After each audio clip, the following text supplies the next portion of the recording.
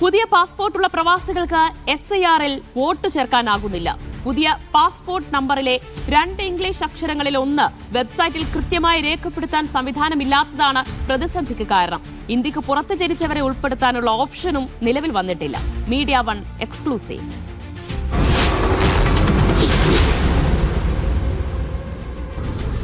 Form fill ചെയ്യുന്നിടത്ത് നിലവിൽ 2 തരത്തിലുള്ള തടസ്സങ്ങളാണ് നമ്മുടെ മുമ്പിലുള്ളത്.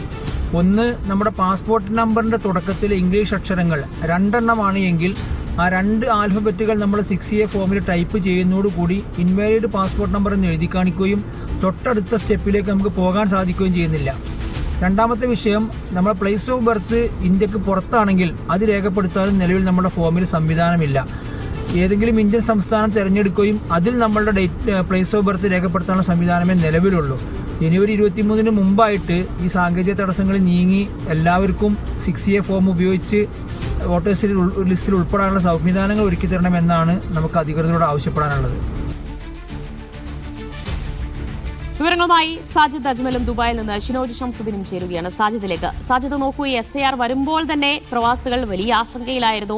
അവരുടെ എന്യൂമറേഷൻ ഫോം എങ്ങനെ ഫില്ല് ചെയ്ത് നൽകണം, അവരുടെ രേഖകൾ എങ്ങനെ നൽകണം, ഇനി ഹിയറിംഗിന് ആവശ്യപ്പെട്ട് കഴിഞ്ഞാൽ അവർക്ക് എങ്ങനെ ഹാജരാകാൻ കഴിയുമെന്ന തരത്തിലുള്ള ഒരുപാട് ആശങ്കകൾ ഉണ്ടായിരുന്നു. ഇപ്പോൾ സംഭവിക്കുന്നത് എന്താണ്? അവർക്ക് ഇതിലേക്ക് ആപ്ലിക്കേഷൻ അയക്കാൻ പോലും കഴിയാത്ത ഒരു സ്ഥിതിയാണോ ഉള്ളത്? ദിവ്യ, SIR വന്നപ്പോൾ ഏറ്റവും കൂടുതൽ സംശയങ്ങൾ ഉന്നയിച്ചിരുന്നതും ആശങ്ക ഉണ്ടായിരുന്നതും പ്രവാസികൾക്ക് തന്നെയാണ്. കാരണം ഈ ഫോം പൂരിപ്പിച്ച് നൽകാൻ പലർക്കും കഴിയില്ല. എന്നാൽ ഇത്തരം ആളുകൾക്ക് ഓൺലൈൻ വഴി അപേക്ഷ നൽകിയാൽ മതി എന്നായിരുന്നു പറഞ്ഞിരുന്നത്. ഇപ്പോൾ പ്രവാസി വോട്ടറായ ഒരാൾക്ക് ഈ SIRൽ കയറി പറ്റണമെങ്കിൽ ഫോം 6A പൂരിപ്പിച്ച് നൽകണം. ഇത് ഓൺലൈൻ വഴി ചെയ്യുമ്പോൾ ഈ പുതിയ പാസ്പോർട്ടുള്ള ആളുകൾക്ക് ഇത് അപേക്ഷ സമർപ്പിക്കാൻ കഴിയുന്നില്ല. ഈ പഴയ പാസ്പോർട്ടിൽ ആദ്യം ഒരു ഇംഗ്ലീഷ് അക്ഷരമാലയിലെ ഒരു അക്ഷരവും, ഉദാഹരണത്തിന് A എന്നെടുത്തു കഴിഞ്ഞാൽ പിന്നീട് 2, 3, 4 തുടങ്ങിയ ഈ സാധാരണ നമ്മൾ കണക്കിൽ ഉപയോഗിക്കുന്ന അക്കങ്ങളാണ് ഉണ്ടായിരുന്നത്. അതായത് ഒരു ഇംഗ്ലീഷ് അക്ഷരമാലയിലെ അക്ഷരവും പിന്നീട് ഈ ലെറ്ററായി വരുന്നത് 7 എണ്ണവുമാണ്. അത്തരം ആളുകൾക്ക് പ്രശ്നമില്ല. എന്നാൽ ഏറ്റവും പുതിയ പാസ്പോർട്ടിൽ 2 ഇംഗ്ലീഷ് അക്ഷരങ്ങൾ കഴിഞ്ഞതിന് ശേഷമാണ് ഈ അക്കങ്ങൾ വരുന്നത്. ഈ അക്കങ്ങൾ ഈ 2 ഇംഗ്ലീഷ് അക്ഷരങ്ങൾ അടിക്കുമ്പോൾ തന്നെ ഇത് ഇൻവാലിഡ് എന്നാണ് കാണിക്കുന്നത്. അതായത് തെരഞ്ഞെടുപ്പ് കമ്മീഷന്റെ വെബ്സൈറ്റ് സെറ്റ് ചെയ്തിരിക്കുന്നത് പഴയ പാസ്പോർട്ടിന്റെ അടിസ്ഥാനത്തിലാണ്. ഇതിൽ പുതിയ പാസ്പോർട്ട് നമ്പർ അടിച്ചു കൊടുക്കുമ്പോൾ തന്നെ ഇത് അവർക്ക് ബാക്കി തുടർന്നുള്ള കാര്യങ്ങളൊന്നും തന്നെ ചെയ്യാൻ കഴിയാത്തൊരു പ്രതിസന്ധിയാണ് അനുഭവിക്കുന്നത്.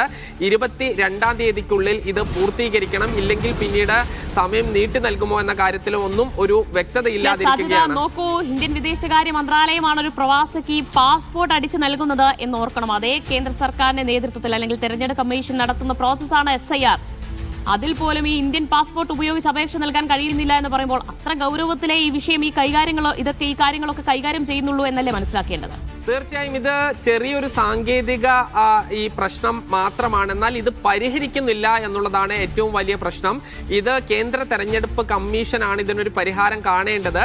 ഇത് മാത്രമല്ല, നമുക്കറിയാം ഈ ഇന്ത്യക്ക് പുറത്ത് ജനിച്ച നിരവധി ആയിരക്കണക്കിന് ഈ പ്രവാസികളുടെ മക്കളുണ്ട്. അത് മിഡിൽ ഈസ്റ്റിലും യൂറോപ്പിലും അമേരിക്കയിലും എല്ലാം ജനിച്ച ആളുകളുണ്ട്. അവിടെയെല്ലാം തന്നെ ഇന്ത്യൻ മിഷൻ ഇവർക്ക് വേണ്ട ഈ ബർത്ത് സർട്ടിഫിക്കറ്റ് നൽകും, ഇവിടെ ജനിച്ചതാണ് എന്നുള്ള രേഖകൾ നൽകും. ഈ രേഖ അപ്ലോഡ് ചെയ്യുകയാണ് വേണ്ടത്. പക്ഷേ അതിനുള്ള സംവിധാനം ഇല്ലാതായി. ഇതിന്റെ തുടക്കം മുതലില്ല. രാഷ്ട്രീയ പാർട്ടി പ്രതിനിധികൾ ഈ നിരന്തരം, അത് മുസ്ലിം ലീഗും കോൺഗ്രസും CPM-ഉം ഉൾപ്പെടെയുള്ള രാഷ്ട്രീയ പാർട്ടി പ്രതിനിധികൾ ഇത് നിരന്തരമായി ഉന്നയിക്കുന്നതാണ്. അത് മുഖ്യ ചീഫ് ഇലക്ടറൽ ഓഫീസറായ രക്തം കേൽക്കർക്ക് മുന്നിൽ തന്നെ പലതവണ ഉന്നയിച്ചതാണ്. പക്ഷേ അതിനും ഒരു പരിഹാരം കാണാൻ കഴിയുന്നില്ല. അതായത് ഇന്ത്യക്ക് പുറത്ത് ഏതെങ്കിലും രാജ്യത്ത് ഒരു ആശുപത്രിയിൽ ജനിച്ച ഒരു ആളാണെങ്കിൽ അയാൾക്ക് SIRൽ എവിടെ ജനിച്ചു, പ്ലേസ് ഓഫ് ബർത്ത് എന്നത് രേഖപ്പെടുത്താൻ കഴിയാത്തൊരു പ്രതിസന്ധിയുണ്ട്.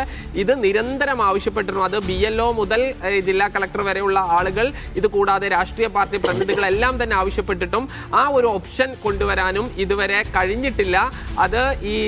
അത് എത്രത്തോളം ഈ പ്രവാസികളുടെ കാര്യത്തിൽ ഇത്രത്തോളം നിസ്സാരമായാണോ തെരഞ്ഞെടുപ്പ് കമ്മീഷൻ ഈ കാര്യങ്ങളെ കാണുന്നത് എന്നൊരു സംശയമാണ് പ്രധാനമായും ഉള്ളത്. സാധ്യത ഒന്ന് തുടരുക, ഞാൻ സാധ്യതയിലേക്ക് വരാം.